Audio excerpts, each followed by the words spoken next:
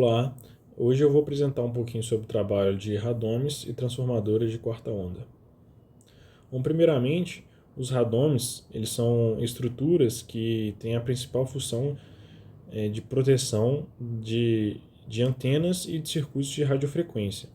Essa proteção aí vai ser principalmente contra as ações do tempo e de possíveis choques mecânicos.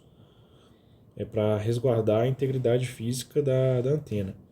E para isso, já que vai ser construída uma estrutura em volta da antena transmissora, é crucial que tenha uma boa transparência eletromagnética e que a proteção dessa antena ocorra sem degradar a propagação das ondas. Então é necessário que ocorra a mínima perda de sinal possível com uma baixa distorção de fase para que aí a gente tenha a maior transmissão possível dessa antena. A seleção do material do radome deve ser feita de forma que garanta essa invisibilidade eletromagnética da estrutura. Então, o dielétrico vai ter três parâmetros principais, que são o εr, né, que é a permissividade relativa. Ele vai definir a capacidade do material de armazenar energia. E é importante que o epsilon relativo seja baixo, seja próximo do unitário, para minimizar as descontinuidades de impedância na interface entre o ar e o radome e reduzir, portanto, as reflexões na medida que a onda atravesse de meios.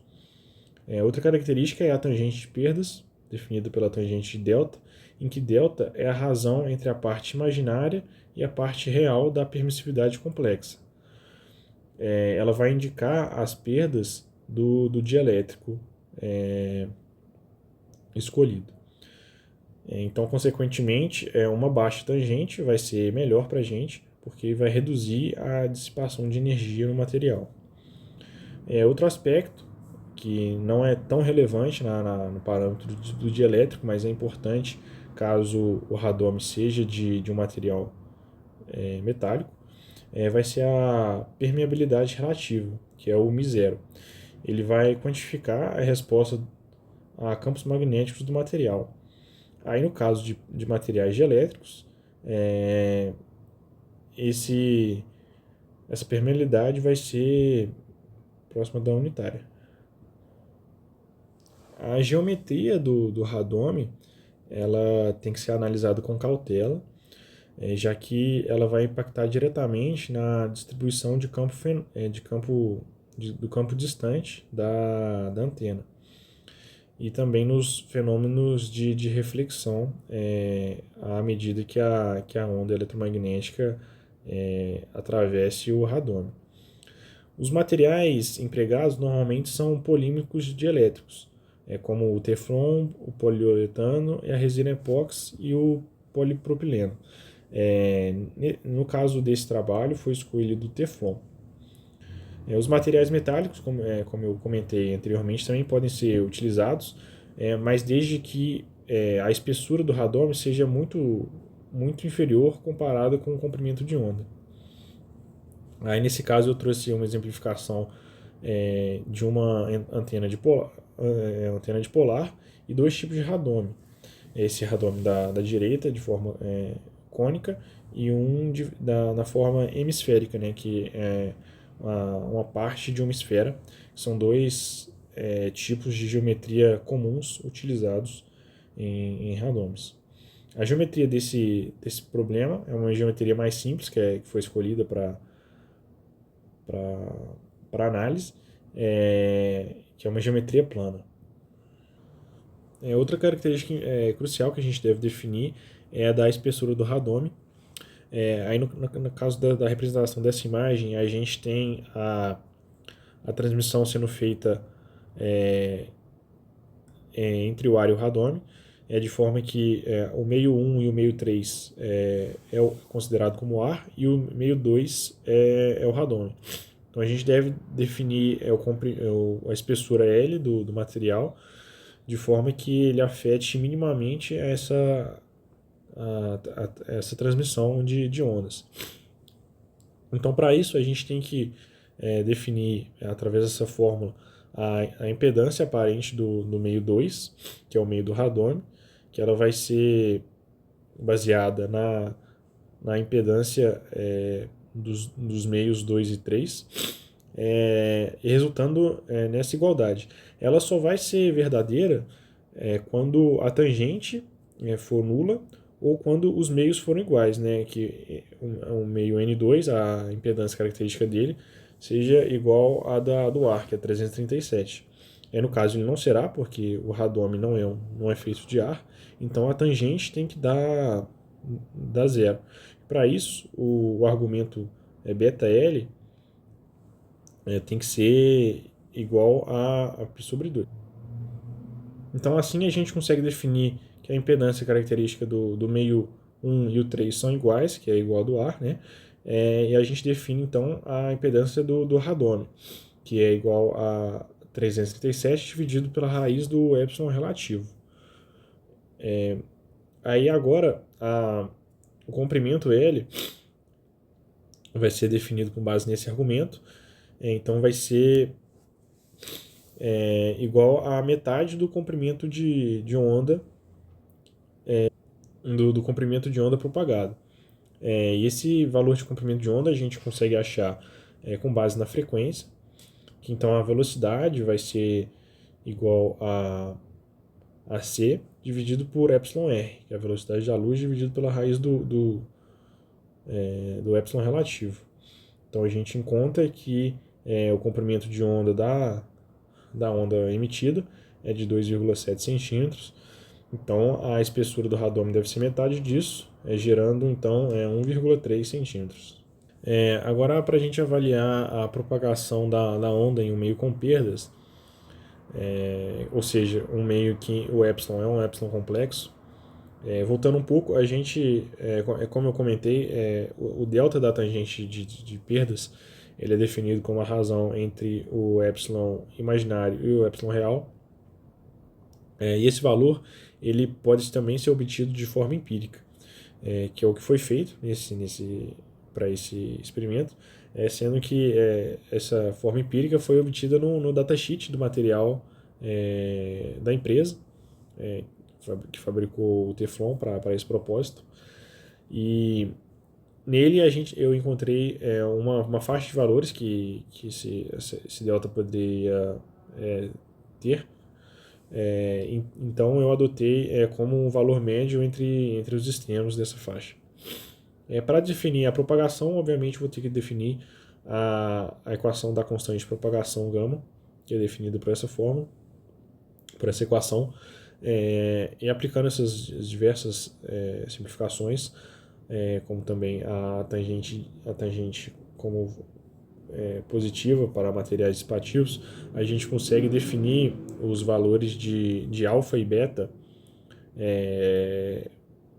com base nesses parâmetros iniciais.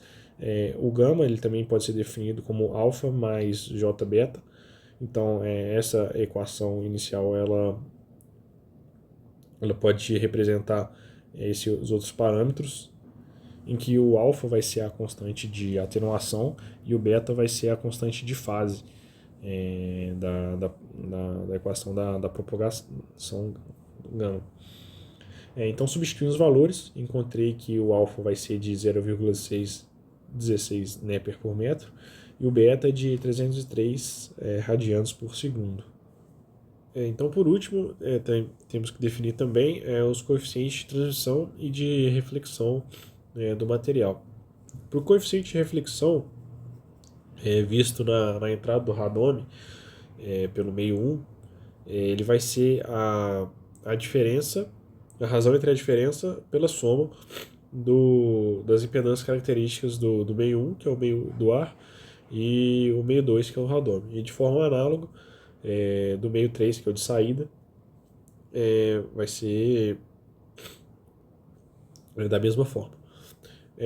A transmissão A transmissão, a parte real dela, ela vai ser denotada por essa equação, em que essa parcela exponencial ela vai representar a influência da espessura e das perdas na atenuação do sinal, em que alfa vai ser essa constante de propagação que foi calculada aqui anteriormente, e a potência final vai ser dada pela razão entre a potência transmitida e a potência incidida, com esse coeficiente de transição de potência, e, e também com base no coeficiente de transmissão do campo elétrico. Então, já que a gente considera o meio 1 e o 3 como iguais, né, que o radômetro está atravessando do ar, a onda está atravessando do ar para o radômetro e de volta para o ar, essa razão aqui vai ser unitária. Então, simplificando a equação para esse formato. Então, agora na parte dos resultados, foi simulado por um software a propagação da onda, aqui configurado para 10 GHz, atravessando do meio 1, que é o ar, para o Teflon, com o εr de 2.1, e de volta para o ar. Então foi configurado as distâncias, e a gente também pode ver a onda incidente, que é de vermelho, e a onda refletida. A onda refletida, a gente tem essa parcela bem pequena, aqui, que é refletida, conforme calculado, e a parte da atenuação aqui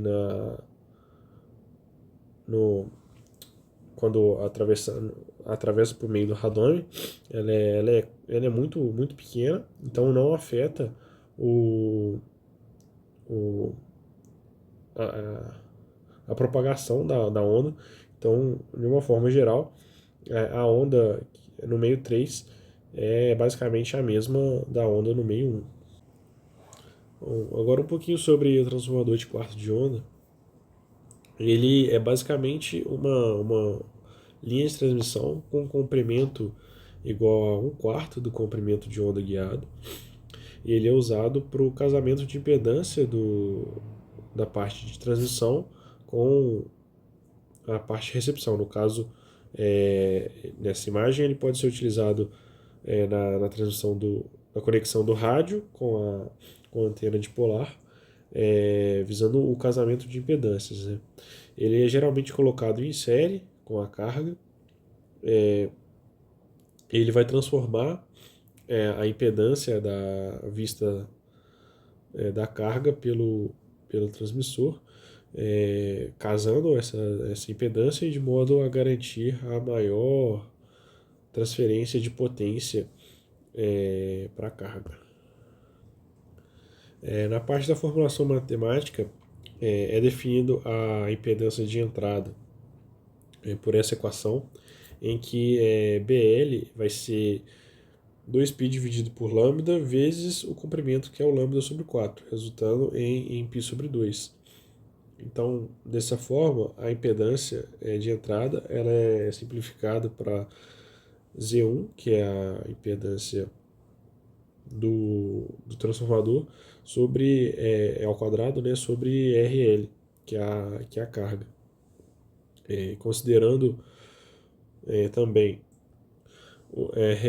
também os valores como nulos, a impedância vai ser simplificada para a raiz da impedância da antena vezes a impedância aqui do radômetro, mas na verdade é do transformador. Então, resultando numa resistência de 107 ohms. A placa usada para esse transformador de quarto de onda foi escolhido como uma placa Rogers, que é uma boa placa para a construção desse tipo de dispositivo, com tangente de perdas de 0,0027 a 10 GHz. No caso, é o mesmo valor da frequência do radômetro que foi projetado, e a permissividade relativa é de 3,55. E aí, da mesma forma como foi mostrado aqui, essa imagem, a transformador de quarto de onda, ele conecta a impedância da carga, né, que no caso é a antena, com a impedância de entrada, Zin, por meio desse comprimento de um quarto de onda. E ele evita ao máximo essa parte refletida, de forma que a conexão dele tenta minimizar essa parcela. Para calcular a espessura do dielétrico, foi definido de antemão que a largura da trilha de transmissão seria de 5 milímetros para fazer esse casamento de impedância com a impedância calculada de 107,52 ohms. E foi utilizada esse modelo de Ramstad, e como a espessura está no argumento do LN, a espessura H, essa resolução ela é feita por método numérico. E o epsilon do material ele vai ser um epsilon efetivo, já que ele vai considerar o campo eletromagnético que se propaga tanto no ar quanto, né, no dielétrico. Então ele é regido por essa equação. Então a gente tem que substituir o valor por esse epsilon e, por fim, realizar o cálculo numérico para obter o valor da espessura do dielétrico, que foi obtida a espessura de cerca de 1 milímetro. Bom, o comprimento físico do transformador, como o nome diz, ele é de 1/4 do comprimento de onda. Então a onda ela é definida pela sua velocidade dividida pela sua frequência, com um total de 30 milímetros. E a onda guiada ele vai ser esse comprimento dividido pela raiz do epsilon efetivo. Então, tendo um total de 18,90 milímetros. E como o comprimento do transformador é 1/4 desse valor, ele vai resultar num comprimento de 4,72 milímetros com a espessura da trilha de 0,5 milímetros. A onda ela é regida para as equações de propagação de onda, em que as partes da exponencial negativa representa a onda que se propaga, né, na direção z, e a exponencial positiva ela representa a onda que é refletida e se propaga no sentido oposto. De forma que essa parcela positiva a gente tenta minimizar ao máximo com a inclusão desse transformador de quarto de onda. Então, de acordo com os cálculos, né, que foram feitos anteriormente, a gente obteve o valor da onda guiada e do comprimento de onda guiada e do coeficiente beta, que também vai ser de 332 radianos por metro, da mesma forma que foi feito no radome. Bom, o coeficiente de reflexão ele vem diretamente da aplicação das condições de contorno na linha de transmissão, em que a extremidade em Z o valor dela vai ser nulo. E ele vai ser definido então pela razão entre a onda refletida e a onda incidente. Sendo que no ponto de entrada, que é em Z igual a menos L, o L vai ser o comprimento de onda guiado sobre 4. Então, dessa forma, o coeficiente beta, que é a constante de fase, vai resultar em π sobre 2. E a parcela do coeficiente de reflexão vai ter essa inversão